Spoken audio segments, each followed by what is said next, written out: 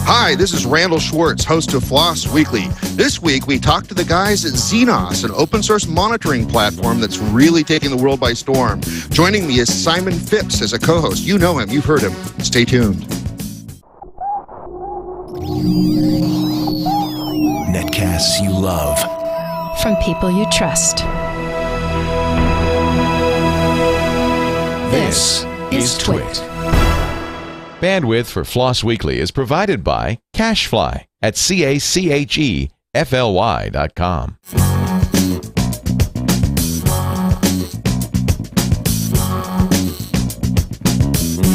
This is FLOSS Weekly with Randal Schwartz and Simon Phipps. Episode 124 for June 16th, 2010. Zenoss. It's time for FLOSS Weekly, the weekly show about free, libre, open source software, open source, free software, whatever you want to call it. We talk about it. This week, I'm talking to a couple of very special guests, but first let me introduce one of the many members of the rotating panel of co-hosts. This week is someone I'm really looking forward to talking with because he's been a guest on this show already twice. It's none other than the one and only Simon Phipps. Hello, Simon. Hi there, Randal. It's great to be on the show, on the delivering end rather than on the receiving end for a change. I don't know, is that really delivering? Because you're receiving what our guests are going to say, right? Well, there's that too, yes. It's a great pleasure actually doing webcasts and doing live radio because you do get to have this dynamic conversation where you know you have to measure every word because people are listening to them all over the world, and yet you're here in a live relationship having a dialogue. It is very cool. Like I said, this is a labor of love for me, and I just keep doing it week after week and bringing on great guests. In fact, we got a couple great guests today, both from the same organization. That's good because otherwise we'd have to have two different shows at the same time. But we have with us Matt Ray and Mark Hinkle, and they work with Zenoss, which is an open source platform for monitoring systems, making sure they're up and running, making sure they're talking to each other, all sorts of things in that relationship there. Apparently, though, it's a typical, premium or freemium sort of model where you basically can have the free open source version, and then, of course, they have a company behind it to commercialize the work that they're doing in the open source community. But before we get into that, I've seen a lot of tweets from you recently about something called OSI, Open Source Initiative. Can you talk about that? I can do that. So I was honored to be elected to the board of this thing called the Open Source Initiative a little bit earlier in the year. OSI was founded in 1998 to be the pragmatic projection of the idea of software freedom that businesses were able to embrace without having to get all philosophical on the world. And it did that by coming up with a list of criteria by which a license could be called an open source license. Mm-hmm. So over the last decade, OSI has been providing a free resource through its nonprofit corporation to help businesses check their licenses out, validate them as freedom-loving open source licenses, and tell the world which licenses are good and which licenses are bad. Very good. And where would somebody find out more about this? You find out more about that at opensource.org, a very easy to remember address. And that's where you'll be able to read the posting that I did just at the beginning of this week, all about how we're revising OSI. After 10 years, it's time for it to have a coat of new paint or probably even some new construction work done. And I would like every listener to FLOSS Weekly to consider joining in and lending a hand as we rebuild OSI. Can you give me the top 2 bullet points on that?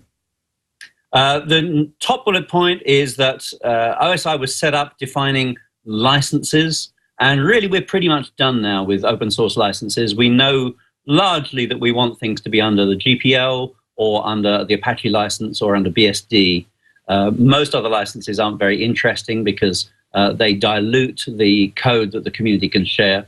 OSI is, however, the steward of that list of licenses, and so we can't just turn the light off and go away. So we need to come up with a new way of handling licenses.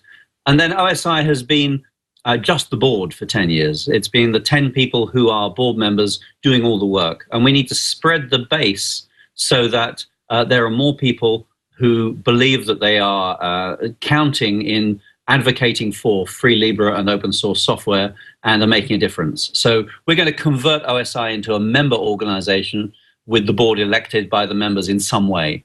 And one of the great tasks that needs doing is to join my governance committee at OSI and help define the new governance rules. Wow, sounds like a very worthwhile mission. I'm looking forward to seeing the results of that and participating as much as I can with a copious spare time that I actually have. Let's go ahead and bring our guests on the line. First, we'll start with Matt. Matt, where are we calling you from? You're calling me in Austin, Texas. I'm calling from the Zenoss Austin office. We also have an office in Annapolis, Maryland, which is our headquarters. But that's where I'm calling from. Very cool, very cool. So Matt joins us from Austin, sounds like. And Mark, where are we talking to you from? I'm in Raleigh, North Carolina today. Very cool. That looks really complex behind you there on the video. What are you in an office or something? I am in my home office, yes. Cool, cool, very good. And just wanted to welcome you guys to this week's FLOSS Weekly. And I introduced Zenoss just a little bit at the beginning, but Matt, why don't you go ahead and give us a little bit longer explanation? Okay. Well, Zenoss is an open source network monitoring platform. So if you have any sort of infrastructure, network devices, servers, databases, applications, we can monitor them. If they've got an IP address, we can keep an eye on them for you. And that goes for virtual infrastructure and stuff running in the cloud as well. So it's basically a monitoring platform. If I have, say, 100 boxes or 1,000 boxes, the tricky part is being able to see when they're up and running and make sure all the services are responding to all the things like that. And Zenoss sort of brings this all together for me, huh? Absolutely, absolutely. And so what's the history of Zenoss? How did it get started and where is it now? You want to take that one, Mark? Sure. Back in the mid-2000s, our CTO, Eric Dahl, worked in a network operations center, and he was using some commercial software to monitor his network, and he wasn't quite happy with any of it. So he started to write his own and went out on his own as a consultant and wrote it for a cable company.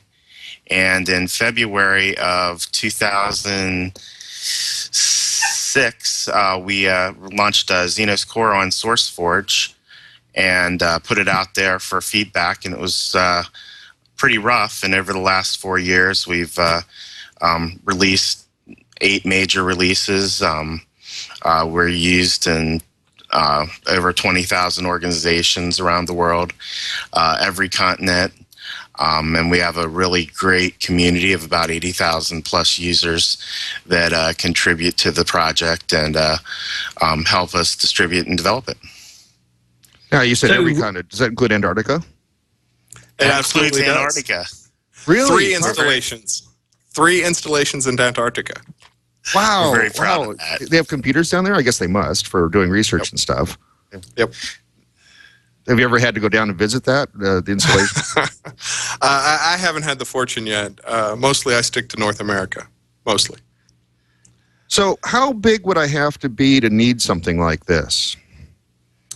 Well, the nice thing is since it's open source, you can get your feet wet with, I run it at home. I've got, 4 or 5 computers. I've got an Xbox, a Wii, iPhones. I can watch all those things, see when they come and go from my network.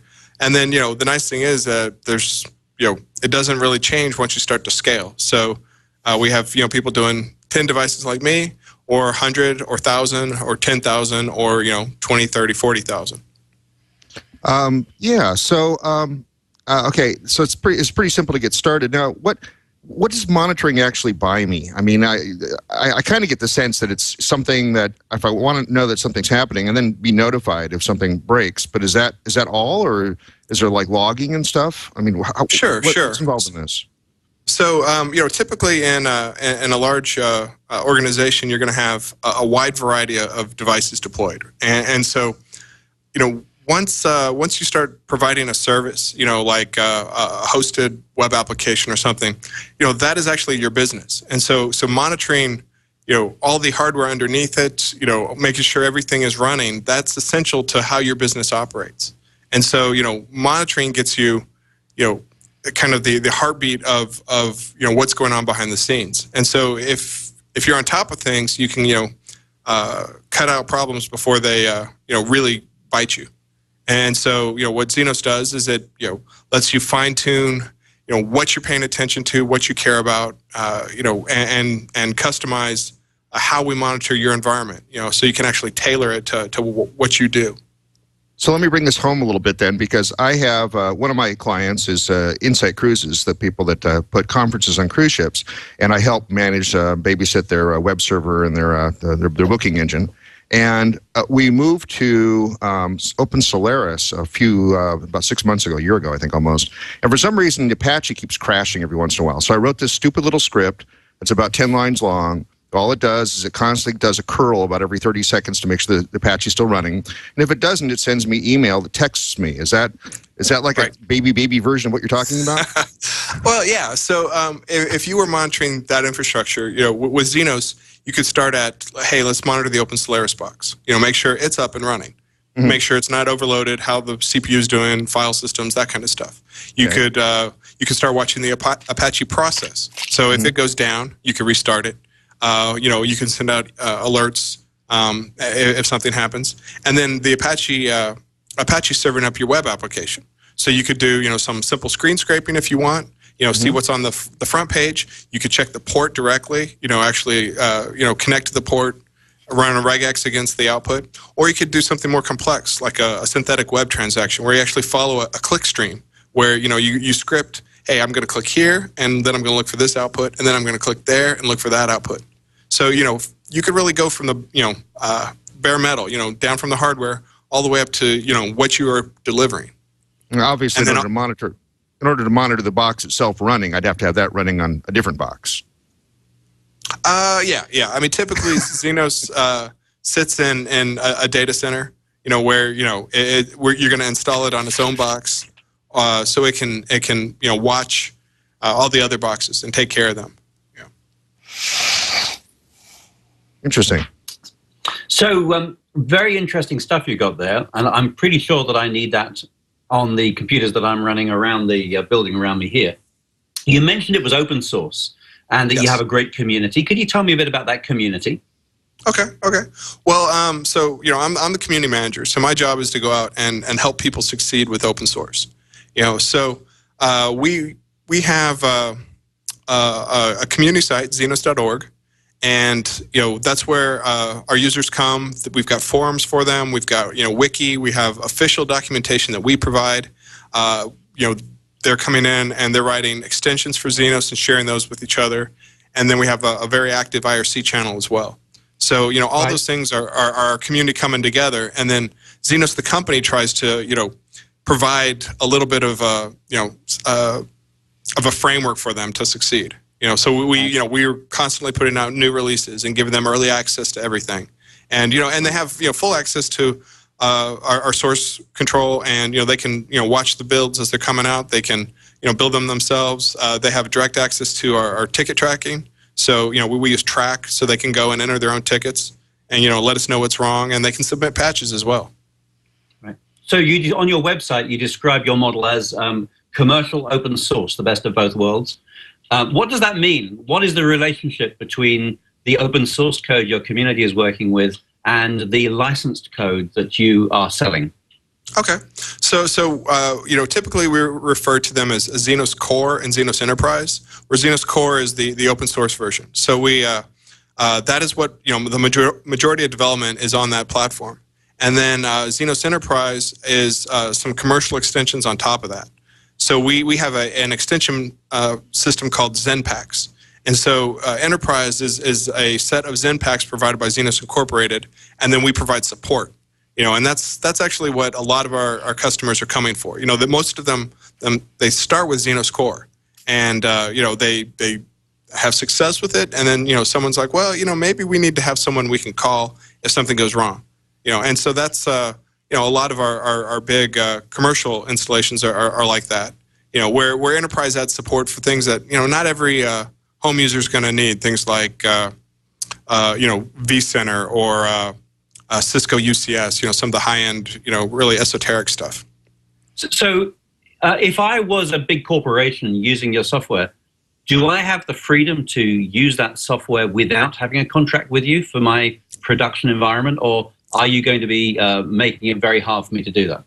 No, absolutely. The Zenoss Core is licensed GPL v2, so we have a number of very large installations running that they don't give us a dime, and we're happy about that. I mean, the vast majority of Zenoss users are using Zenoss Core, and kind of our business model is about getting it in the hands of everyone, because some percentage of them are going to need support, and so we have a lot of very large core installations that might be doing 10, 20,000 devices that they don't send us $1.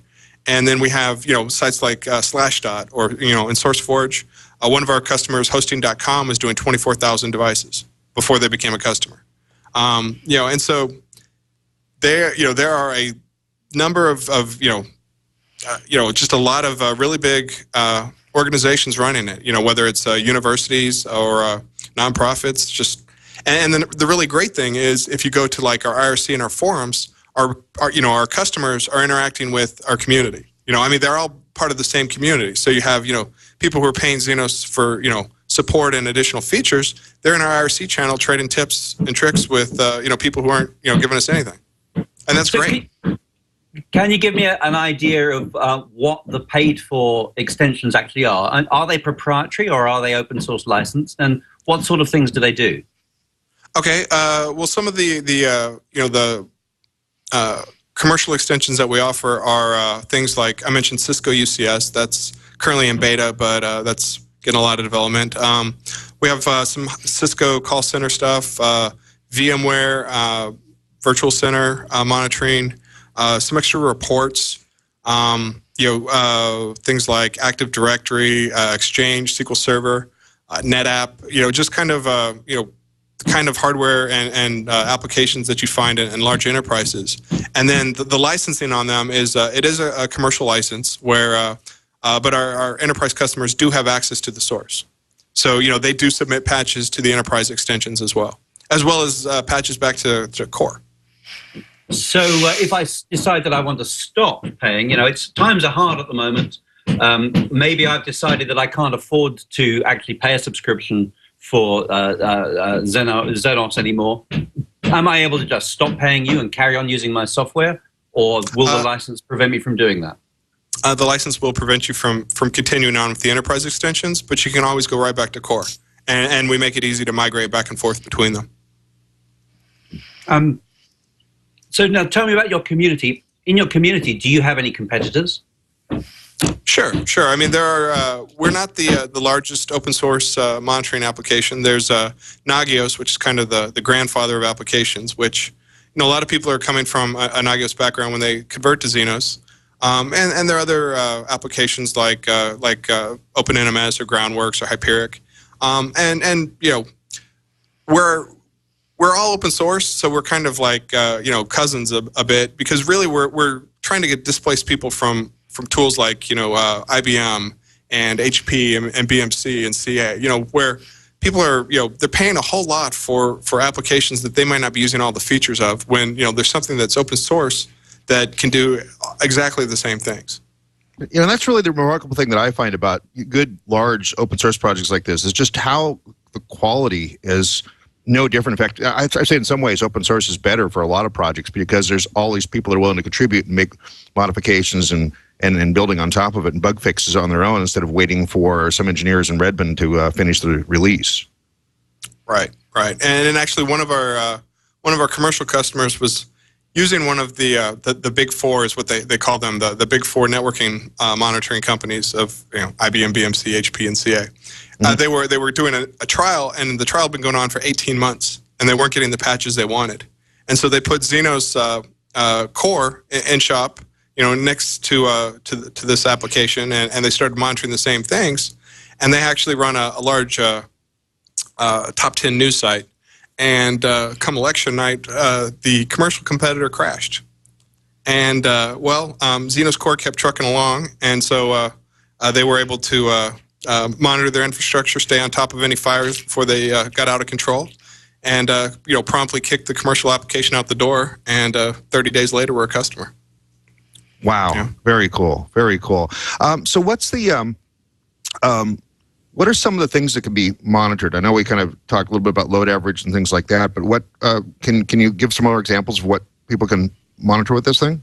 Well, I mean, the really nice thing is since it's open source and, you know, we kind of give you all the pieces to do whatever you want, people go, they monitor some pretty crazy things. I mean, you know, you have your, you know, kind of standard IT infrastructure where you have, you know, a bunch of Linux boxes, you know, some Open Solaris, some FreeBSD, and some Windows boxes.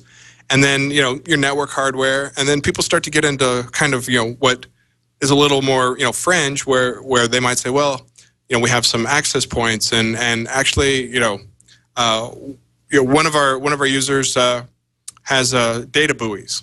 You know, he has these buoys out in the North Atlantic that are returning data, and so he uses Zenoss to track those. You know, the health of his buoys moving around in the North Atlantic Ocean. You know, cool. Or you know, another user is monitoring dog tracks in England. You know, the scoreboards and the gates, and making sure that everything is still running. You know, I mean, you could do just about anything.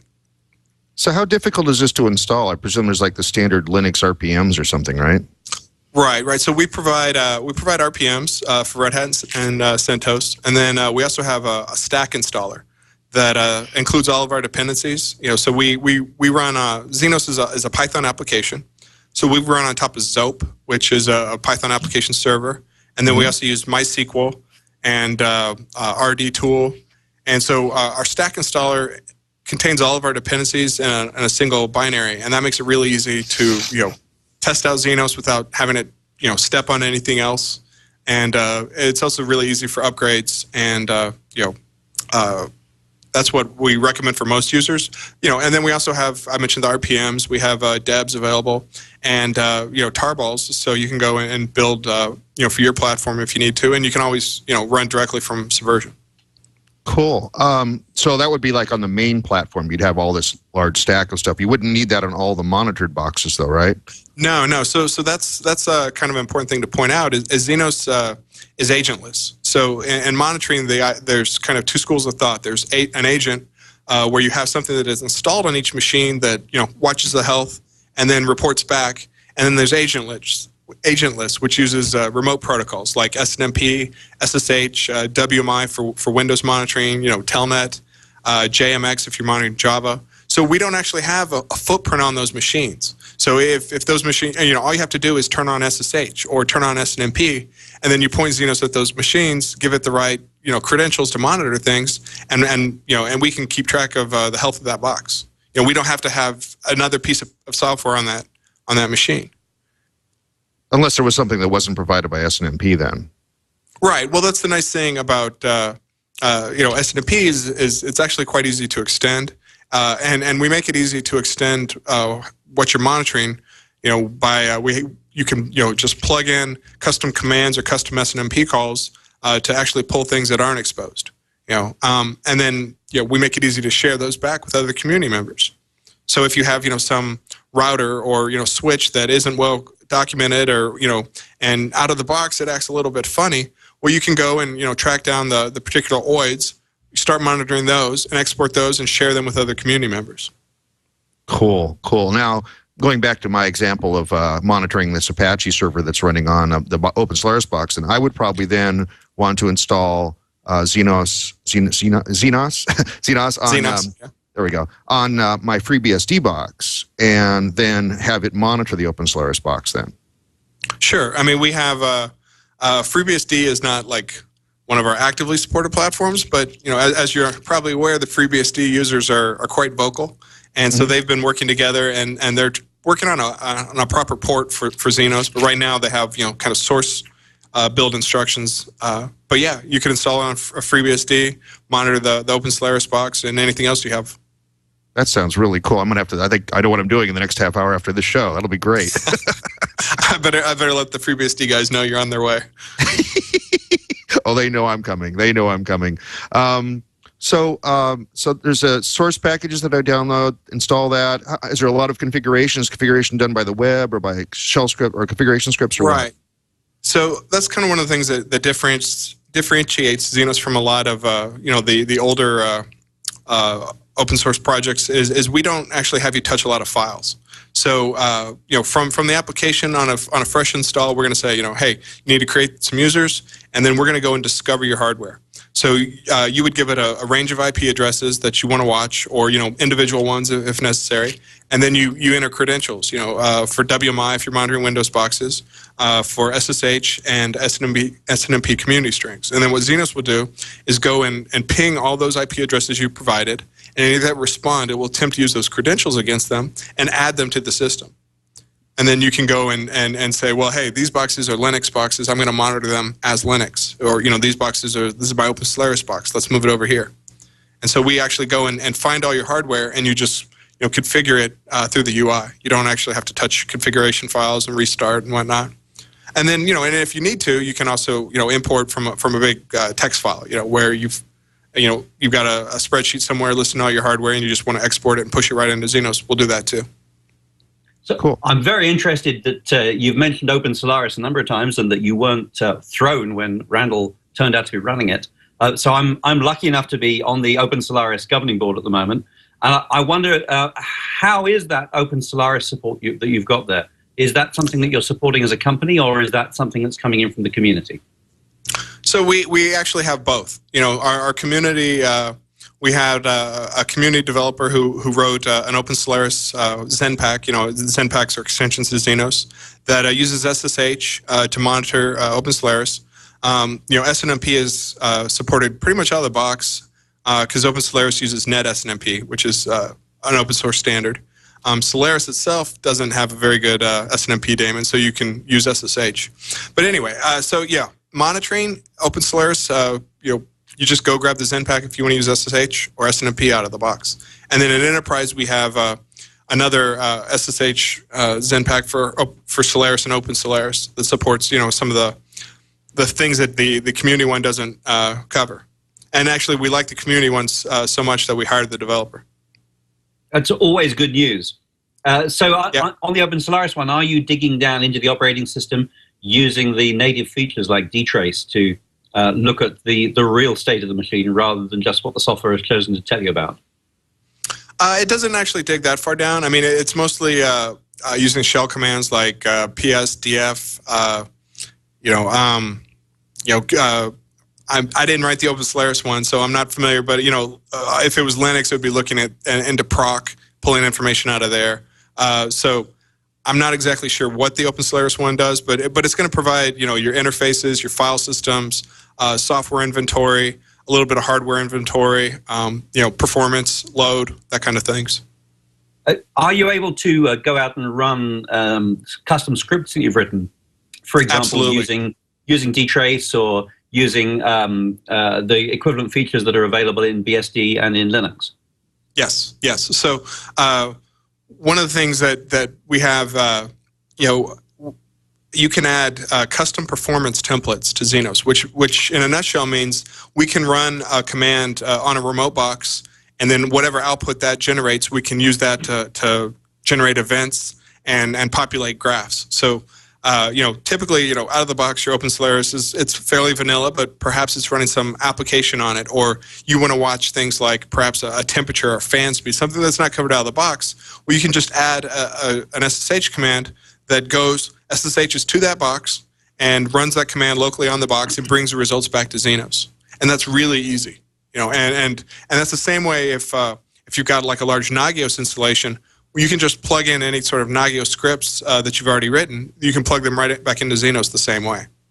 Right. So I'm very excited by the fact that you've been hiring guys from the Open Solaris community. Are there other things that you're doing to support the communities that are supporting you, like sponsoring conferences or donating money to their fighting funds?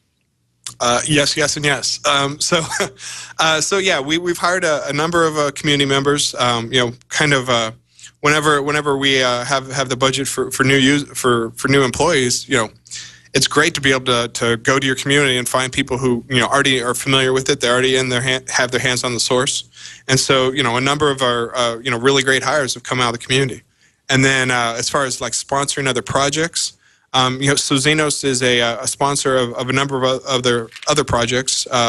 Things like RD Tool, MRTG, the Twisted, the Python networking framework. And then as far as like events, I just came back from Southeast Linux Fest. And Southeast Linux Fest, we were one of the sponsors for that. Randal was at the Texas Linux Fest. Zenoss was the first sponsor of that event. I was actually one of the organizers. But we sponsor Scale, Ohio Linux Fest Northwest. It's just a large number of events. The Usenix Lisa event. So if it's an open source community event, and we think that they're going to be sysadmins, which a lot of Linux users are, chances are we're going to try to show up. And so that's where I was lucky enough to run into Randal. Right. So a lot of the places you're naming there sound like they might be American. Do you ever do anything over my side of the pond or anywhere else in the world? We keep looking at it. It's a bit of a commitment, but I think we've been looking at either like FOSDEM or there's another big show in Germany that we're looking at, or perhaps going south down to Brazil. I hear they have a lot of really big open source events down there. I mean, probably in the next year we're going to try to do at least one international show. Absolutely. You should join us down at FISLE down in Porto Alegre, which is coming up in July. And then I think the conference you were thinking of is Linux Tag, which has just happened over in Germany. So those are all good things to go to. Often when I hear people say that, I do wonder whether you're driving the community or the community is driving you. Do you think that there is any sense in which things are only happening in the places where you're stimulating them, or do you see activity for your software arising all over the world? It's really kind of a push and pull. So like Zenoss Incorporated, a lot of their development is targeted at things that their customers want. And so those features, some of them are enterprise and some of them are community, and then but the community is a great test bed of new ideas. So they're always trying out things that as a commercial entity it might not be on our radar yet. Where our community is they're running on platforms that we don't have the resources to support, or they're trying out hardware that we don't have our hands on yet. And so they go and they innovate. They innovate on top of a platform that we try to keep in good shape for them, and that's kind of it's really a symbiotic relationship. Pretty good stuff. So, how much of your code has come in from your community, and how much of it has come from people that you employ? Most of it is through our employees. There's kind of an open source. There's an idea called the power law of contribution, where really the majority of users, like 95%, they use the application. And this is true for other projects like like Linux or Wikipedia, where the vast majority of users that come in, they just use it. They don't really touch it. They don't look at the insides. That's where their involvement ends. And then the next layer is, hey, well, they're becoming active in the forums, or they're on IRC, they're helping other users, they're getting hands-on. And then kind of the next step is they're opening tickets and they're submitting patches. And so it goes, there are fewer and fewer people as you move along this curve. And then, typically the people who are on the far right of the curve are the ones we like to hire. So, most of the source is written by Zenoss, but most of the tickets and patches are that are coming through Track. Probably about half of them are from the community. Yeah, speaking of sources, so this is mostly written in Python, then? Yes. And yes. Go ahead. Well, I was going to say the application itself is Python. There's definitely some C in there. A lot of our native Windows monitoring is from the Samba project. So there's some C, and then our application is a web application. So there's definitely a lot of HTML and JavaScript. Cool. So if I wanted to contribute, I would need to know all that stuff, or maybe just whatever's appropriate to it, right? Not everything. So I mentioned these command data sources where people can add their own commands. Those don't have to be in Python, and so a lot of those are written in C or Perl, or we don't have any Smalltalk ones yet, but I look forward to those. So it's really anything that any language you feel comfortable with, that is going to be on that box that you're monitoring. You can go and call out to that, get whatever output you need, and send it back to Zenoss. And we also have. Go ahead. Go ahead. I was just going to say. We also have Yeah, remote APIs. So, if you don't want to talk Python, if you just want to, stick with your language and talk to us via our REST or XML RPC APIs, you're free to do that. So there's a Ruby client that's out there, for just dealing with Zenoss via Ruby. Yeah. So, Matt, I've seen you present at conferences. Mark, do you also present at conferences? Yeah, Randal. I'll be at OSCON next month, and the Linux Foundation is having an event in August, and I'll be presenting about integrating Zenoss and systems management tools with complementary technologies like open source config management from Chef and Puppet, things like that. Well, that sounds interesting. I'm going to have to see if I can attend that session. I'm also going to be at OSCON, obviously, as well. How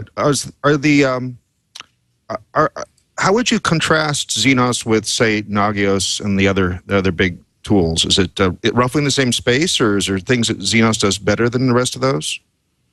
I think that Nagios is by far the most popular for simple monitoring, and it's got a huge install base, but it's primarily in availability monitoring, while Zenoss, sort of the inspiration that our CTO had for Zenoss was one complete tool that gives you insight not only into availability and giving you alerting, which is what Nagios does, but also give you that performance graphing, which is normally in the open source world is supplied by Cacti, which is a common combination of Nagios and Cacti.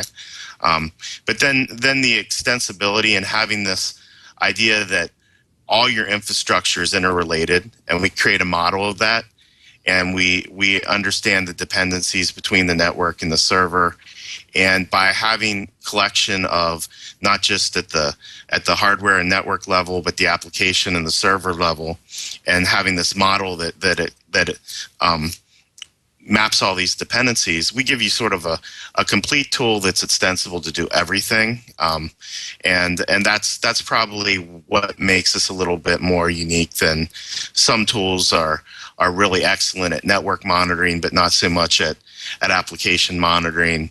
And some tools are great at server monitoring, but don't understand different layers of the stack, and that's probably the difference. But I think that there's a lot of great open source tools out there that we can take inspiration from, but we like to consider ourselves as having one of the most complete views of all your infrastructure.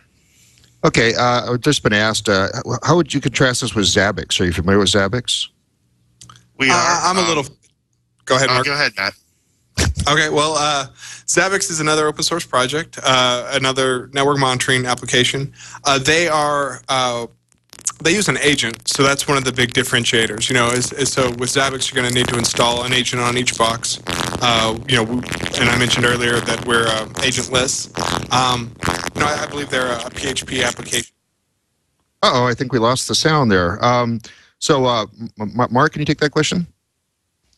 Sure. I think Matt was touching on the base that they collect information via their agent. Now, I'm not as familiar with Zabbix, but they've been around for a long time, and I look at them as actually they have a good track record of development and features. I believe they're European or is the people that support them and have a small team that supports the project and offers support and services. But just like us, they're GPL software that a lot of people seem to like. I think they have whenever I've looked at demos, they have a slick interface and a reasonable amount of progress. And they've been around since, I believe, quite a bit longer than Zenoss, though their footprint, I don't know how big it is. Mm-hmm. How many boxes can I monitor with one? I mean, am I going to have to eventually scale horizontally and have multiple monitoring platforms?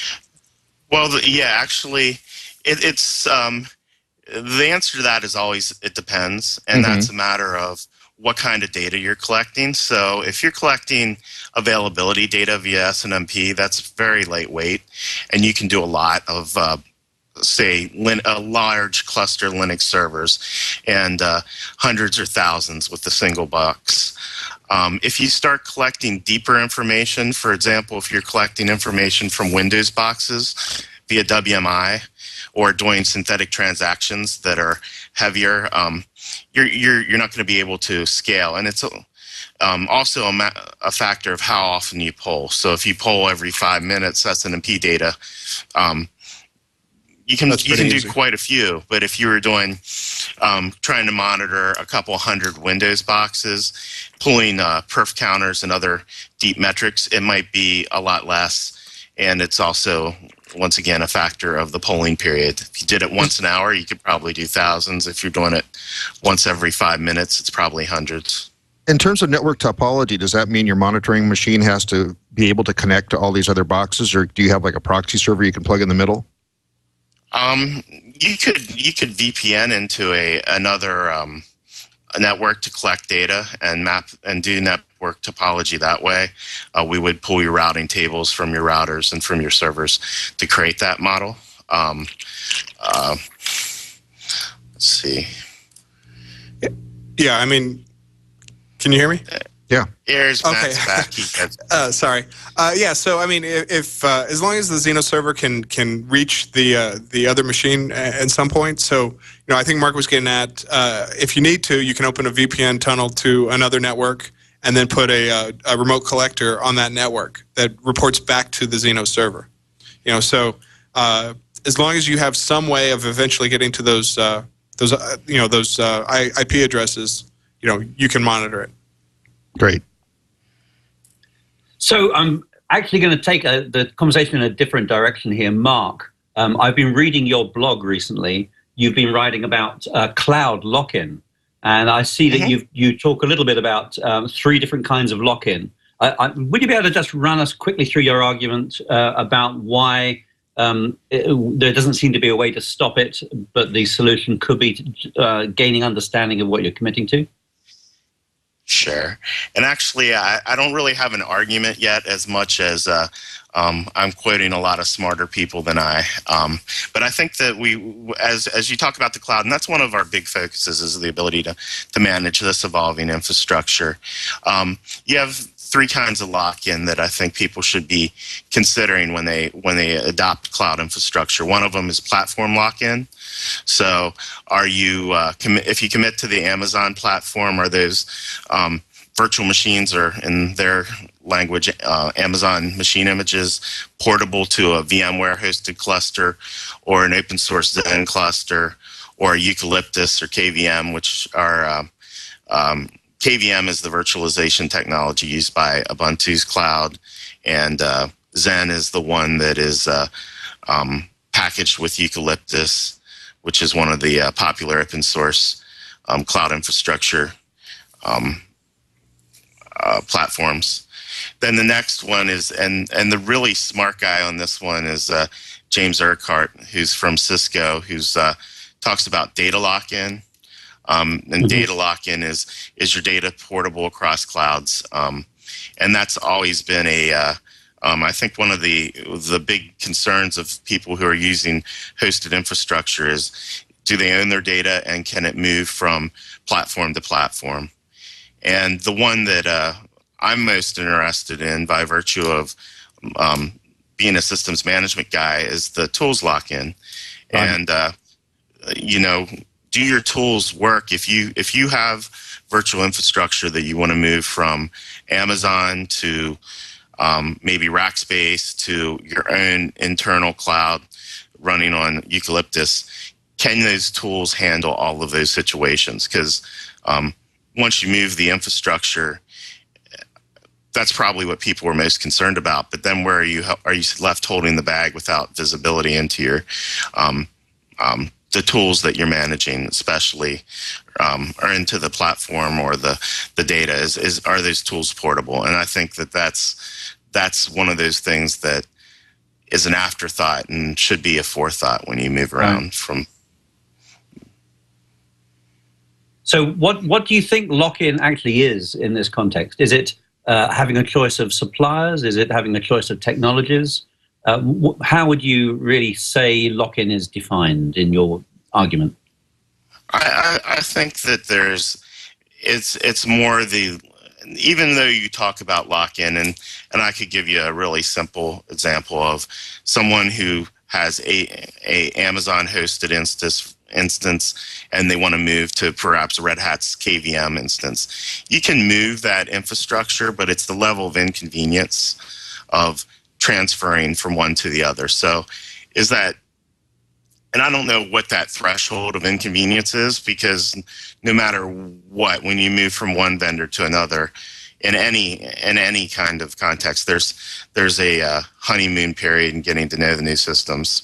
But I think it's a matter of having that inconvenience of migrating be very low, as well as a large number of suppliers for that product or service. In this case, cloud-hosted applications or infrastructure in general. Right. So as you've been working out how to design the community interaction for your company, what steps have you taken to prevent your customers suffering from lock-in on your own product?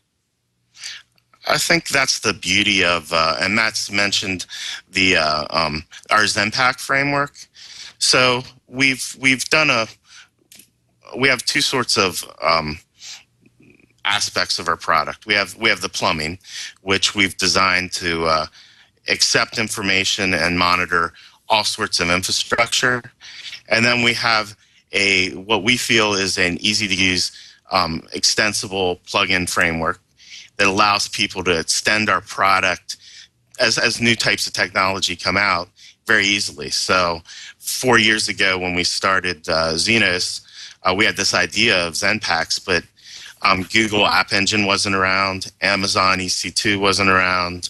I don't believe that Memcache had reached the pervasive use that it has today. And by having an easy-to-use, extensible platform like that, our users have been able to extend Zenoss as new technologies evolve, and it fits into our model. And so the tool itself it's common. It's got a common interface.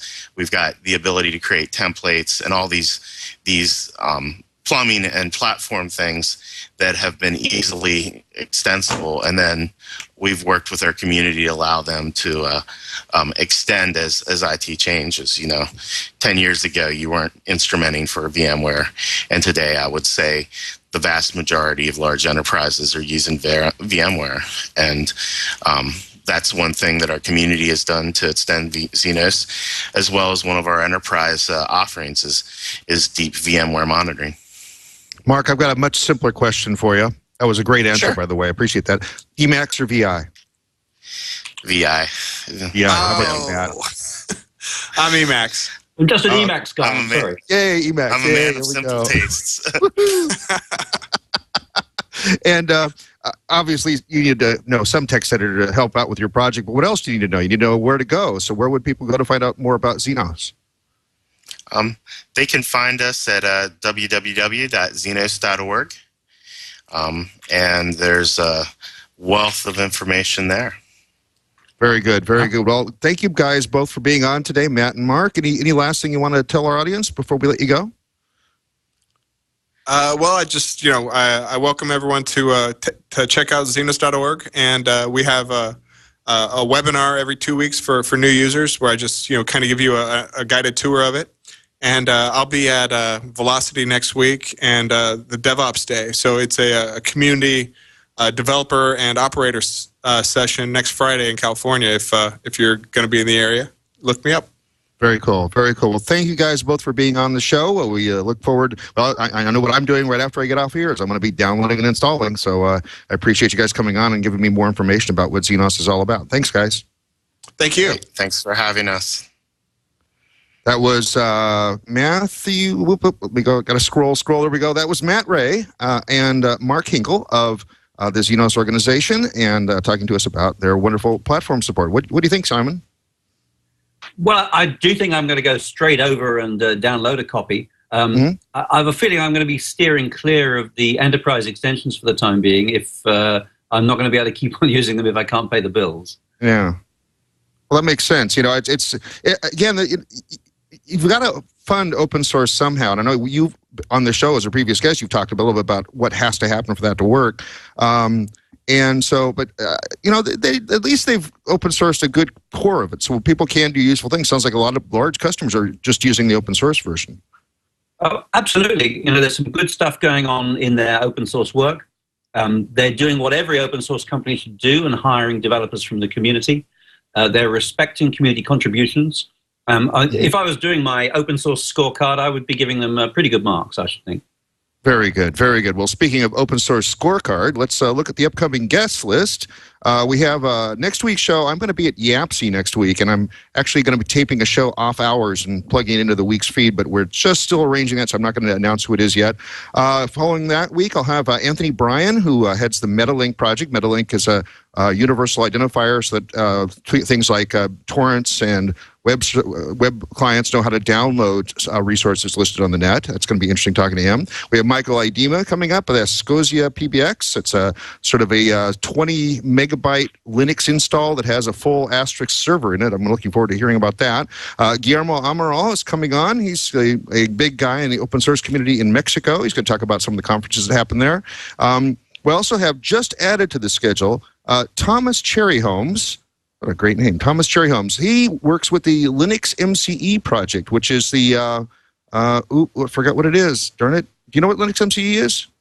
I have no idea whatever, I'm afraid. I have it in my notes somewhere else, but I can't read it here. It's whatever it is. It's cool. It's cool. That's all I know. It's got to be cool. And then Mark also just added to the schedule. Mark Phillips and Andy Gross talking about the RIAC web or RIAC database, which is another one of these NoSQL databases, key value stores. I've actually mentioned a couple times on the show in the past. So we're bringing them on. Also just added, boy, I tell you, I did a whole lot of work last week to add a bunch of new guests. Stephen Heminger with the Viana project, and I don't remember what that's about either. Where are my notes?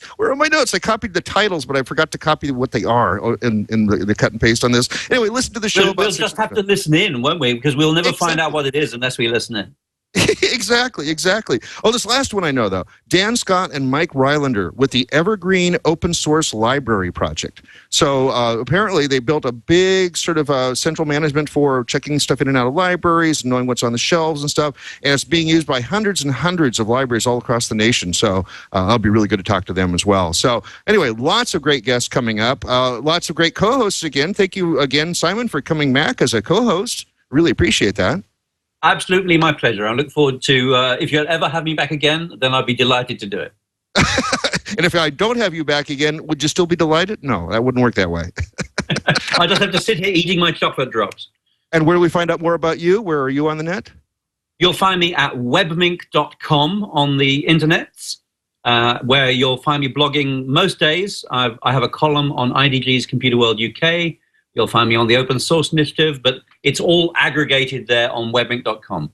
Well, that makes it really simple. One-stop shopping for the Simon guy here. That's really good. By the way, earlier in the show, I said I'm being asked a question, which I asked to the guests, and it's because we have a live channel. When we tape this thing Wednesday mornings Pacific time, 9:30, we actually have a live chat channel, and if you're watching the show live while it's being taped, you can actually inject questions like one of our listeners did. So you can get to it by going to live.twit.tv at the appropriate time. The schedules are all listed there as well, including an iCal link that you can put in your calendar to figure out Google Calendar, your maybe your other subscription calendar to figure out when we're actually taping and what we're doing, and which I apparently don't know right now because I'm babbling now. But I think probably it's because I'm pretty much done with this show. So except you can follow me on Twitter at Twitter's Merlin, MERLYN, and you can find out all about where I'm going to be and what's going on with that. So without further ado, once again, Simon, thank you very much for coming on today's show.